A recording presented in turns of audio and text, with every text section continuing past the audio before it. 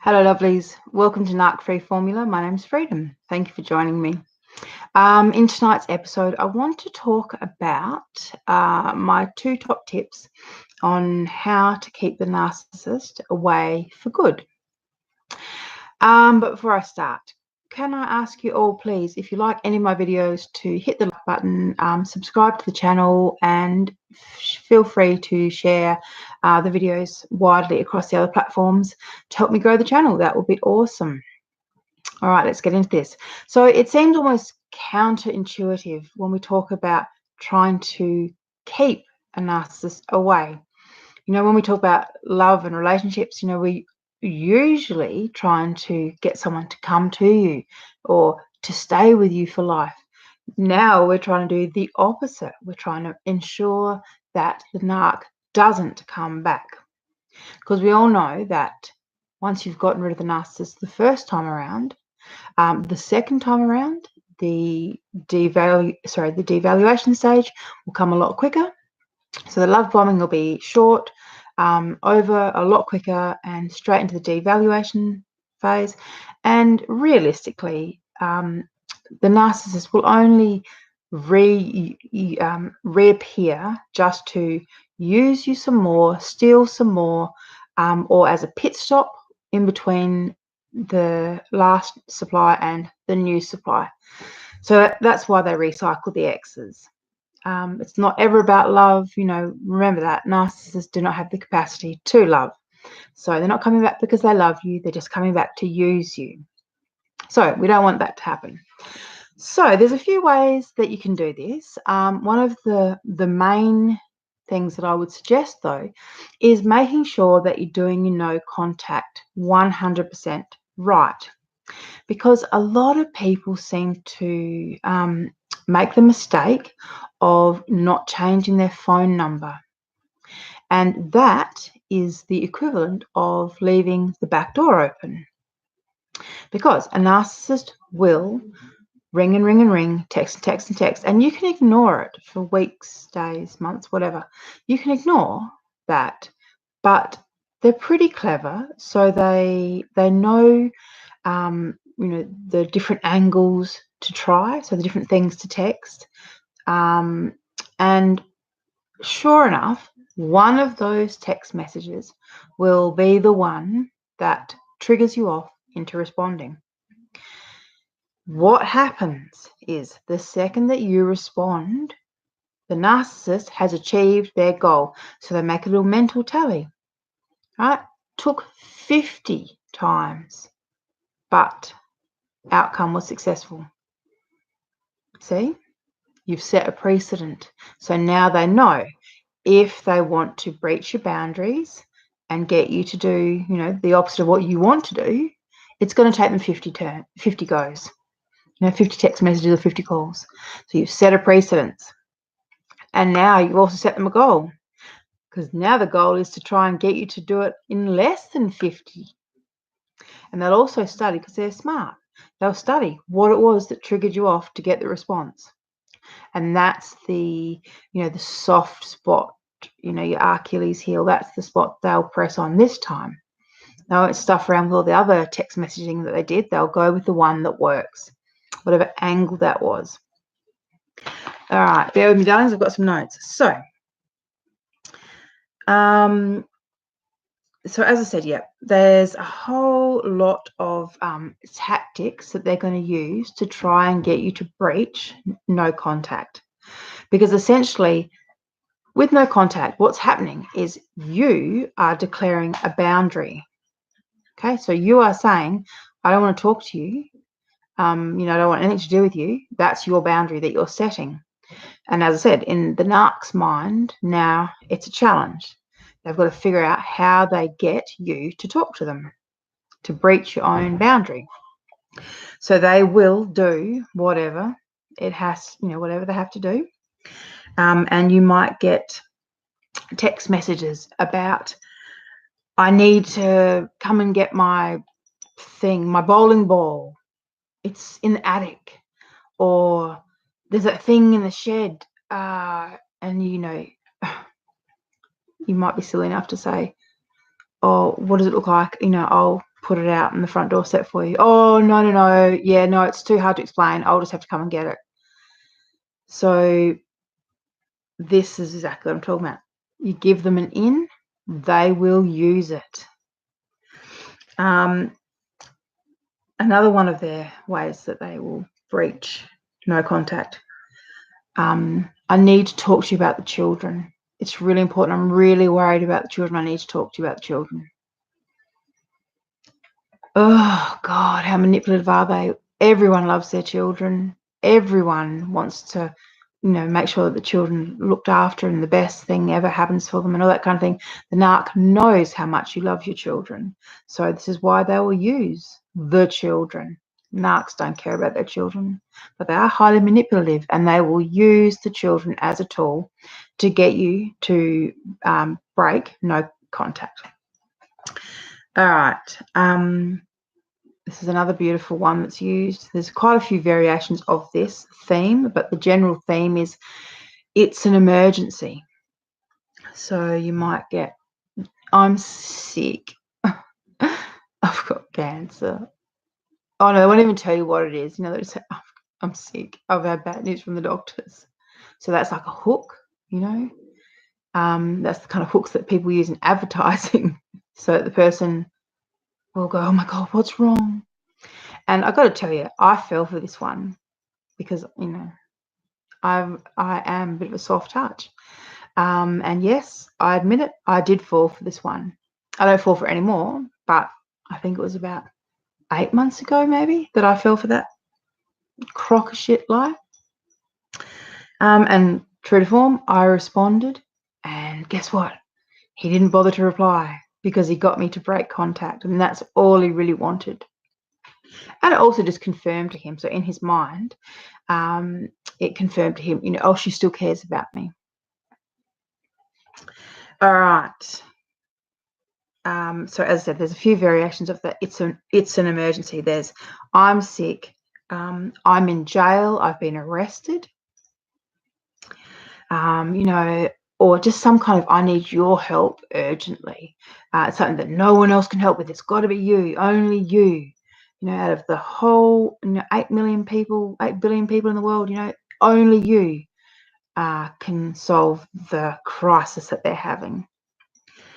And this stuff does work because we're so trained to jumping when they say jump.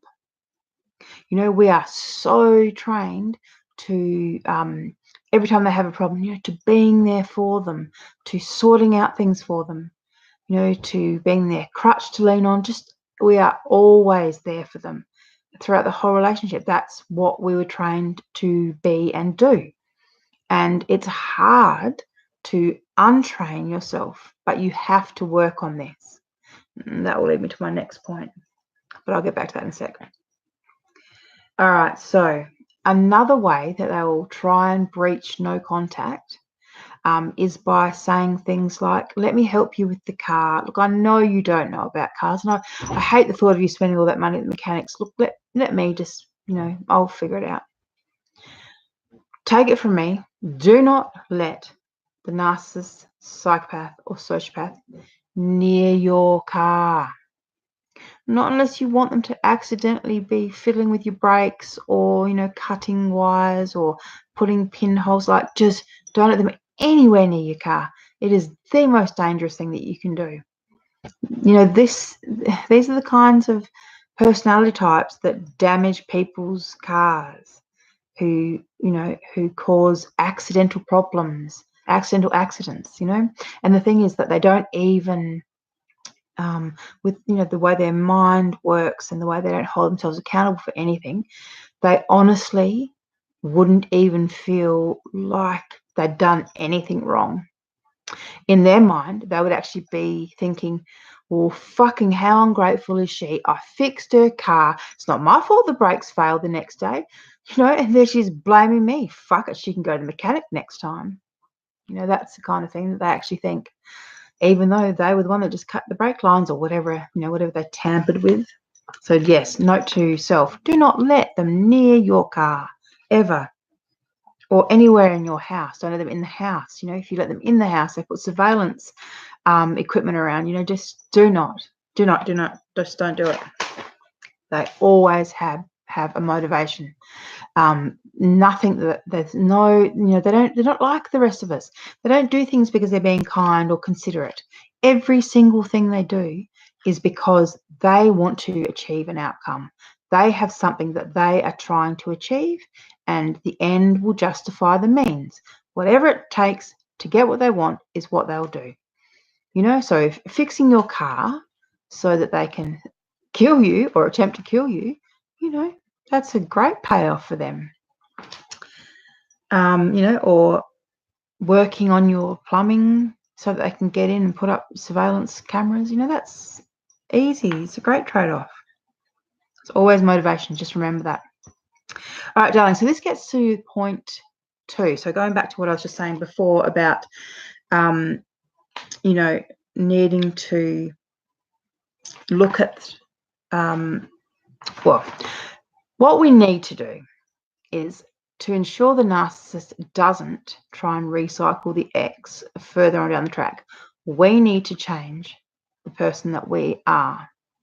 And what I mean by that is we need to do the work. We need to look at ourselves. We need to find out, how this happened in the first place, what the original wound was, where it came from in the first place. How did we allow someone who was supposed to love us, how did we allow them to treat us so badly? These are the hard questions that we actually have to ask ourselves. So we need to work on our self-esteem and our self-worth, and also on our own identity. Who are we now that we are not the narcissist wife or partner or side chick or whatever, however you identified with them? Who are you? Learn who you are. Understand yourself more. Learn to love yourself more. Learn to withhold your boundaries. So learn to put up boundaries and to hold them in place, not allow people to transgress your boundaries and violate your boundaries. Because these are the things that over time, at first it'll feel strange. But what you do is you need to learn to practice. You need to learn to practice saying no to people. You need to learn to sit with that level of uncomfortability. You need to learn to say no and be okay with it. And you need to learn to stand up for yourself and to be okay with that too. You need to learn to put yourself first above other people. You need to learn to stop justifying your behavior. You need to learn that it's okay to just be who you are. You don't have to try and make people love you. You don't have to try and be a good girl or, play out any of these kind of roles to make people love you. You just need to learn to just be who you really are and to be okay with that, because there's power in that. And firstly, the narcissist isn't really going to want to try it on with someone like that because they know that they're not going to get far. And secondly, when you are being that person who's got boundaries, who's got a sense of self-worth and has high self-esteem and who values themselves, you're not going to put up with the narcissistic bullshit. The very first time they try it on, you'll set up a boundary. And narcs can't tolerate boundaries. They can't tolerate people who are onto them, people who are smart, people who are strong, and people who have boundaries. So that is all the things that you have to be to keep yourself narc-free for life. So I'm working on me. You work on you. Focus on those things, because I can guarantee you these are the things that will keep you safe. Because there'll come a time he will double back around. They all do it. As I said, my soon-to-be ex, I can't believe it. He actually tried to Hoover the woman he was with before me. He hadn't seen her for 15 years, but he tried. He actually tried to Hoover her. I mean, luckily, she's a smart woman. She got an AVO in place and she called the police because she's smart. But the point is, this is a woman that he spent 15 years running down I never, not once in 15 years did I ever hear him say one nice or good thing about her. But amazingly, as soon as we broke up, all of a sudden, he feels an urge to apologize to her. I mean, that's obviously a quite classic Hoover attempt. You know, his new supplier wasn't turning out to be all that. And so he thought he would try it on with the woman before me. 15 years. So my point is, they do try and recycle the exes. They are quite well known for it. It doesn't matter if they've run you down for 15 years. It doesn't matter at all. The fact is, if they want something, they, all of that, they'll forget about it. They'll re-idealize the same people that they devalued and discarded. So to prevent that from happening, you need to be a different version of yourself, and a stronger version of yourself, and a better version of yourself. You probably need to go back to the you that you were before you met him, and then kind of combine that with the you that you've learned to become after being with him. And I find it all, look, I got to say, I find all this stuff kind of interesting. I don't know about you guys. I had to do some grey rock at the end of my relationship. I found it actually really, really hard to do, but I did it. I did the whole kind of making myself as unattractive as possible, dimming my light as much as possible, withdrawing myself from him, trying to not give him too much attention, not build him up in front of his friends. I tried to just really withdraw myself and alter my character. So if any of you have had to do that, you know that it's possible, to change and alter who you are. And if you did the grey rock, you can do this too. But the good thing about this is it feels a lot better than grey rock. Grey rock's hard. Grey rock's really hard, actually.